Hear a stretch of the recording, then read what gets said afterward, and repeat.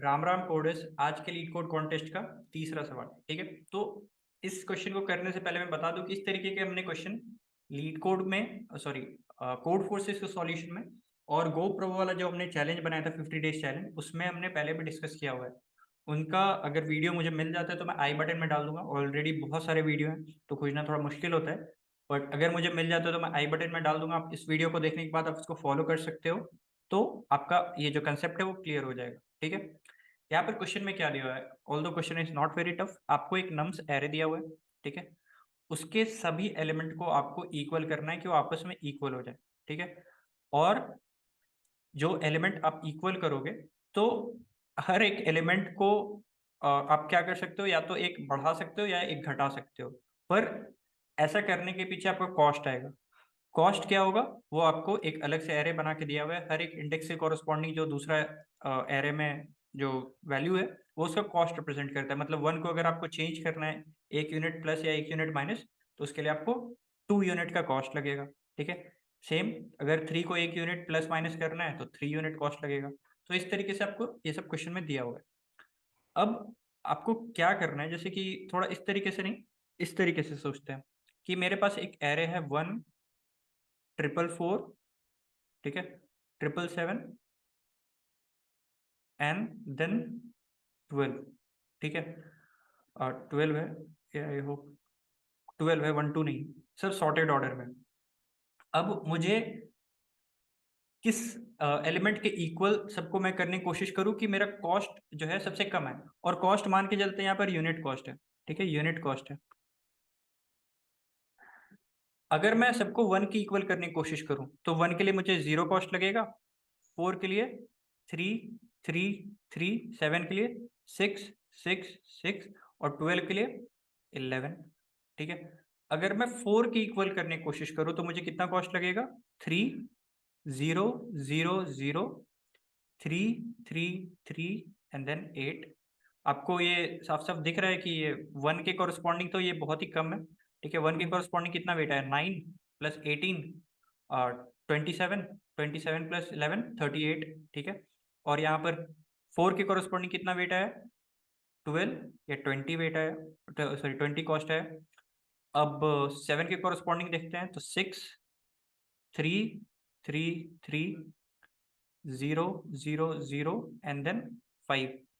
ठीक है, अब ये कॉस्ट कितना है? 9 + 6 15 + 5 20।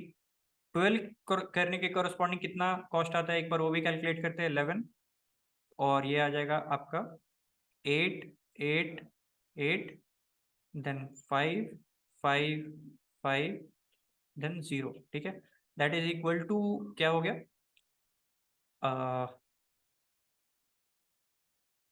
15 + 24, 15 + 24 + 11, तो 39 + 11, ये हो गया 50।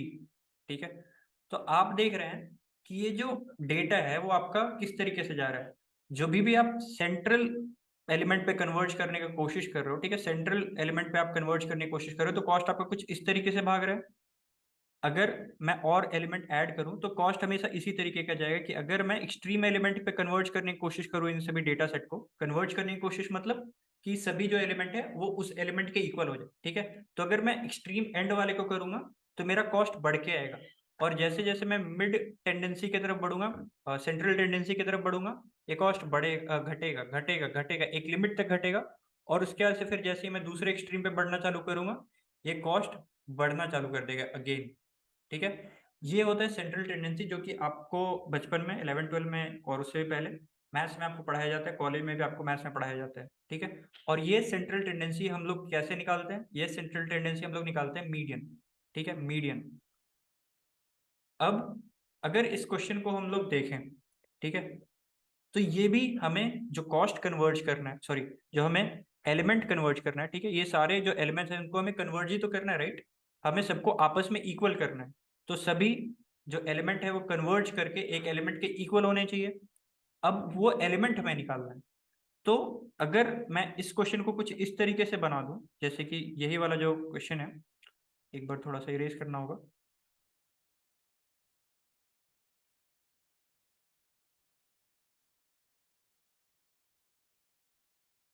राइट 1 4 7 12 1 3 3 1, ये हो गया नम्स एरे और ये हो गया उसके कॉरस्पॉन्डिंग कॉस्ट एरे। ठीक है, तो यहाँ पर अगर मैं बोलूँ ये जो तरीका होता है इसको हम लोग बोलते हैं वेटेड मीडियन। ठीक है, अगर 4 का वेट 3 है तो वहां पर हम ऐसा कंसिडर करेंगे कि हमारे पास 3 4 है। ठीक है, अगर मेरे पास 7 का फ्रीक्वेंसी 3 है तो हम मतलब 7 का कॉस्ट 3 है तो हम कंसिडर करेंगे कि 7 का फ्रीक्वेंसी 3 है। ठीक है, तो इस तरीके से हम लोग जितना भी उसका फ्रीक्वेंसी होगा, सॉरी जितना भी उसका कॉस्ट होगा उतना उसका फ्रीक्वेंसी कंसिडर करेंगे और फिर तब हम सेंट्रल टेंडेंसी निकालने की कोशिश करेंगे जो कि इस केस में होगा मीडियन।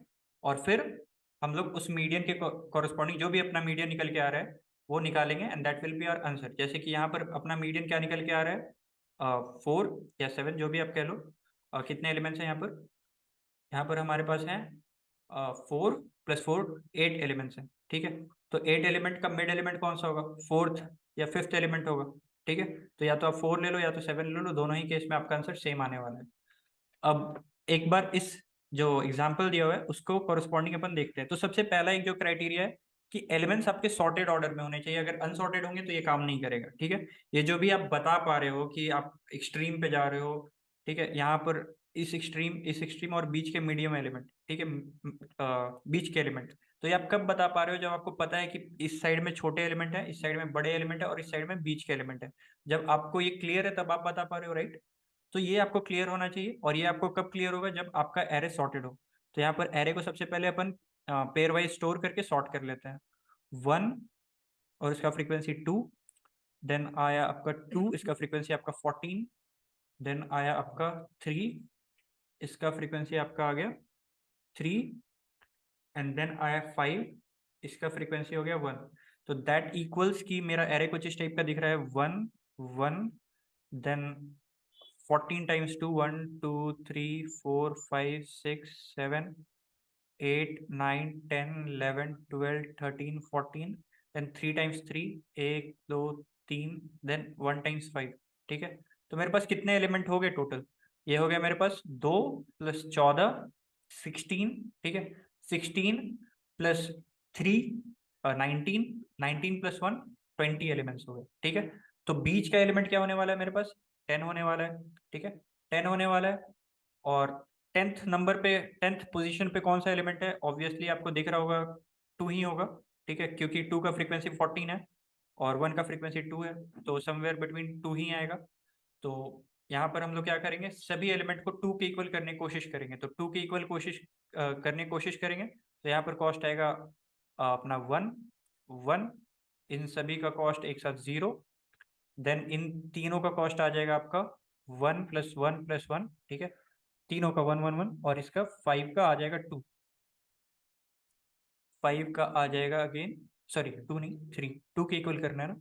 तो ये टोटल आपका आंसर आ गया 1 + 1 2 + 3 5 + 3 8। ठीक है, एंड 8 इज द आंसर। तो यहाँ पर हमें इस तरीके का जब भी क्वेश्चन होता है, जब भी हमें कन्वर्ज करना होता है डेटा को, तो हम लोग मीडियन को कंसिडर करते हैं। और यहाँ पर क्योंकि हर एक एलिमेंट के कॉरस्पॉन्डिंग आपको कुछ कॉस्ट दिया होता है, तो इसको आप ऐसे कंसिडर कर सकते हैं कि वेटेड मीडियन निकालना है आपको। ठीक है, तो दैट्स इट। मुझे उम्मीद है आपको ये समझ में आ गया होगा। अगर इसके बाद भी कोई डाउट आ रहा है तो आप कमेंट सेक्शन में आ सकते हैं या फिर आप वो वाला वीडियो देख सकते हैं, तो उससे आपको और क्लैरिटी आएगी। और थोड़ा सा वेटेड मीडियन के बारे में पढ़ेंगे तो भी आपको क्लैरिटी आएगी। नेट पे आप पढ़ सकते हैं या फिर बुक वगैरह में होगा वेटेड मीडियन क्या होता है, तो आपको क्लियर आएगा। तो कोड एक्सप्लेनेशन चालू करते हैं, पर उससे पहले मैं आपको एक बताना चाहता हूँ कि कल हम एक बहुत बड़ा अनाउंसमेंट करने वाले हैं। और नेक्स्ट मेजर सीरीज जो होने वाला है उसके बारे में अनाउंसमेंट करने वाले हैं, क्या है कैसे हर कुछ उस अनाउंसमेंट में अनाउंस होगा।